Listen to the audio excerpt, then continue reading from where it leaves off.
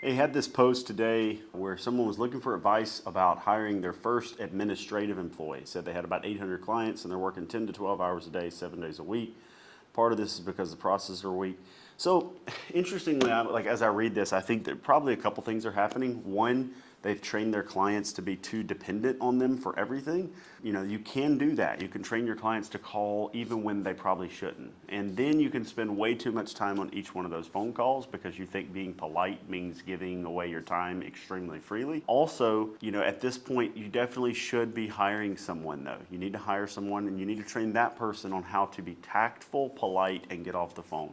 And they'll probably be better at you as the business owner, because as the business owner, the individual that's been talking to all these people, you have a relationship where you believe that if they are perturbed in the slightest, your whole house of cards is going to come crumbling down. So definitely hire an admin. The admin will probably be disconnected from it enough. So sometimes with an admin, you have to encourage them to be more polite and more giving, but sometimes you also have to help them understand time management. When you hire an admin, the big question here was on the contract, do I get them signed confidentiality agreements, HIPAA?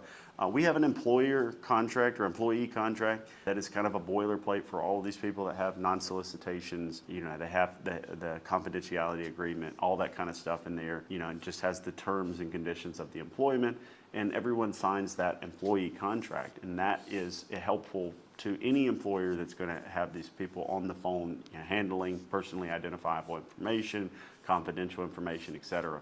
So definitely you want something like that. There are plenty of contracts out there that you can manipulate, you know, to your advantage through like Law Depot or Zoom Legal or some of those sites. We have one as well that any member of Go Guru, our hierarchy, or someone that comes to our events can get. And I believe this person that posted it has been to several of our events and works with us on some things, so we can certainly get that contract to them if they reach out.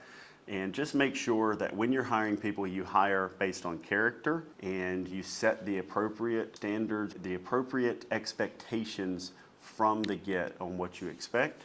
And when you're only having to hire one person, you can be very picky. So go out and interview a lot of people. Also, using word of mouth is probably more effective on smaller hiring pools like this than going somewhere like one of the hiring websites like Indeed or something like that. So hope that helps you. Hiring someone is amazing. No matter how good your systems and processes are with CRMs, etc., you cannot do this without more people.